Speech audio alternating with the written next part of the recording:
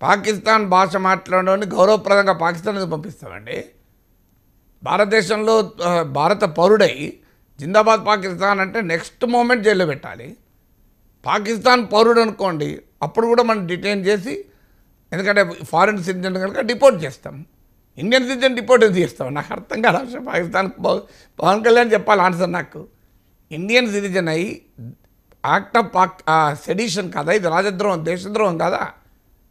మన శత్రు దేశాన్ని, మన దాయాది దేశాన్ని పొగిడినా, జిందాబాద్ అన్నా ఈ దేశ చట్టాల ప్రకారం కఠినమైన శిక్ష కరువుడు. దయచేసి పొమ్మని చెప్పాల్సిన కర్మ మనకేం పట్టలే భారతీయులకు. ఎందుకు రిక్వెస్ట్ చేయాలండి? అంటే మనం పాకిస్తాన్ డిపోర్ట్ చేస్తాం, మనకేం పని లేదా? జైలేదు, లోపలేదు, చట్టం ప్రకారం శిక్షిస్తాం.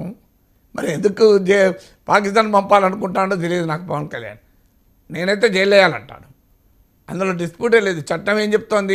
గౌరవప్రదంగా దయచేసి వాళ్ళని పొమ్మని చెప్తామా?